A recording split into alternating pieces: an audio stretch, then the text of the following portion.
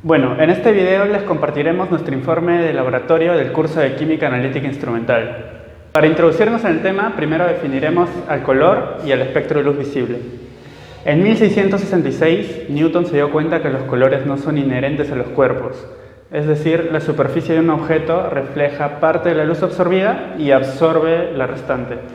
Y nosotros percibimos únicamente los colores reflejados gracias a nuestra vista. En todo este rango de colores que podemos observar se le denomina la parte visible o luz visible del espectro electromagnético, donde sus longitudes de onda varían entre 380 y 750 nanómetros. Bueno, ahora que ya sabemos qué es el color, ya podemos introducirnos en lo que es solvatocromismo. Bueno, en general podemos decir que el solvatocromismo es el fenómeno observado cuando el color debido a un soluto es diferente cuando éste se disuelve en diferentes solventes.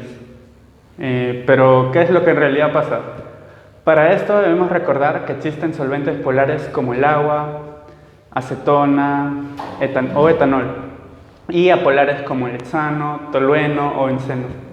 Y que independientemente de que estos solventes sean polares o apolares, tienen una propiedad muy importante llamada constante dieléctrica, que es una medida de la polaridad.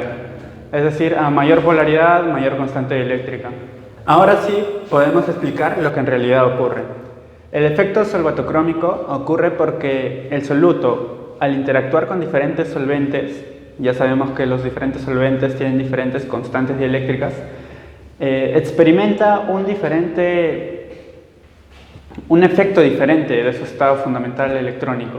Es decir, este se excita, cambia a un estado excitado. Esto se refleja en el espectro de absorción o emisión del soluto, como diferencias en la posición, intensidad y forma de las bandas espectroscópicas. Ahora, si este efecto ocurre en la parte visible del espectro del soluto, el solvatocromismo se observará como un cambio de coloración. Pero ahora, ¿qué pasa si la longitud de onda del soluto es más pequeña que la del visible? Es decir, se encuentra en el ultravioleta. Este fenómeno no será captado por nuestros ojos, por lo que no notaremos un cambio de coloración por el efecto del solvatocromismo. Entonces, ¿qué hacemos?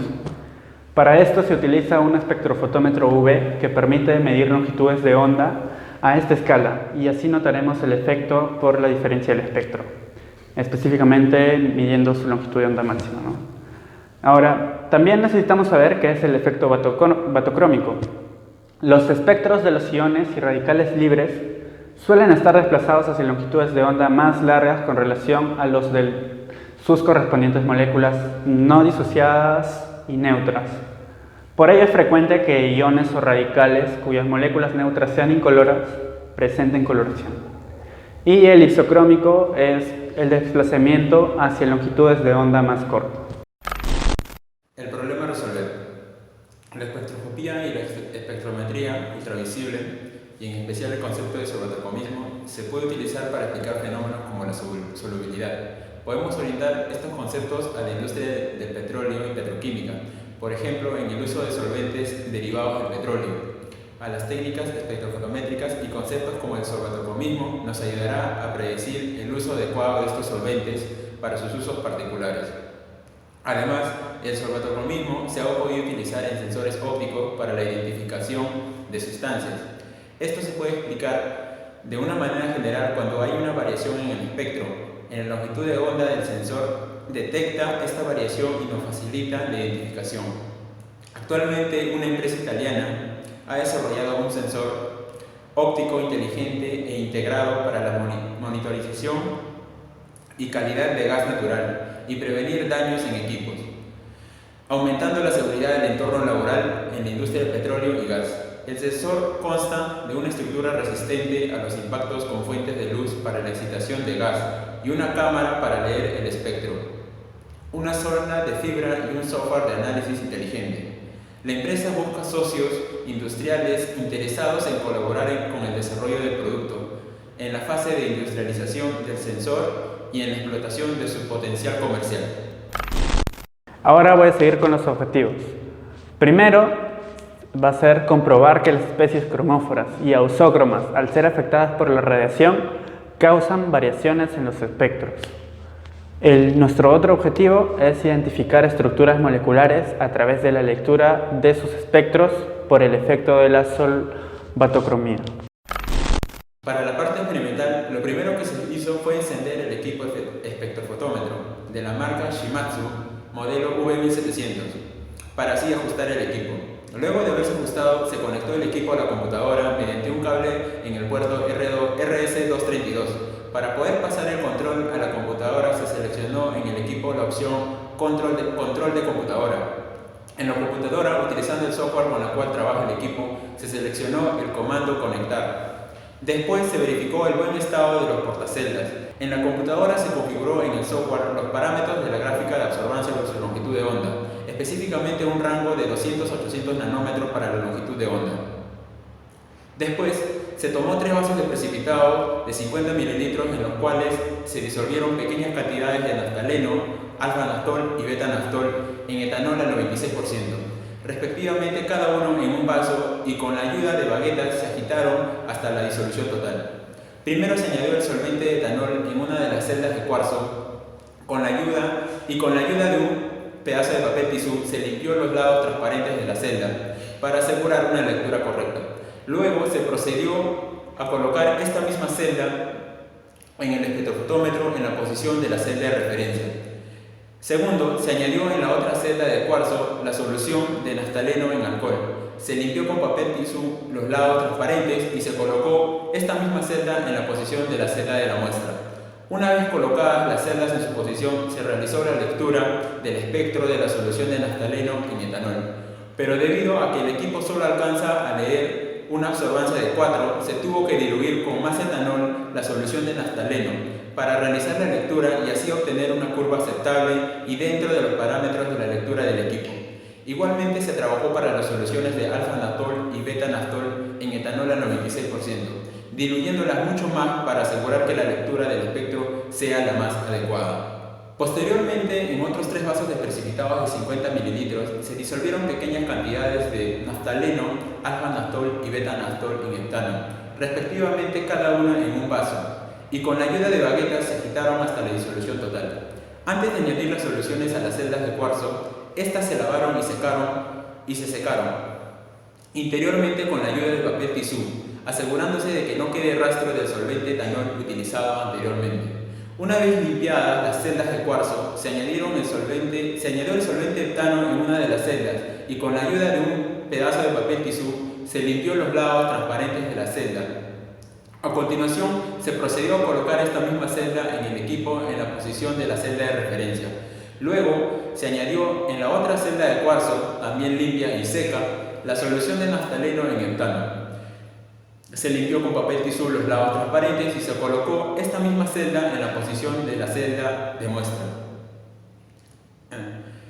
Después de colocadas, se realizó la lectura del espectro en la solución de naftaleno en heptano. Nuevamente, debido a que el equipo solo alcanza a leer una absorbancia de 4, se tuvo que diluir con mucho más heptano la solución de naftaleno para asegurar la lectura y obtener una gráfica dentro de los parámetros preestablecidos del equipo.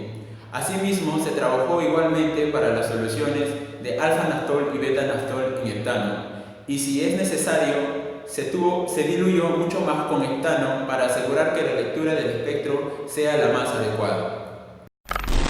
Dentro de los resultados de las longitudes de ondas obtenidas con el uso o la ayuda de un espectrofotómetro fueron las siguientes. Por ejemplo, para el naftaleno en etano obtuvimos una longitud de onda de 268 nanómetros.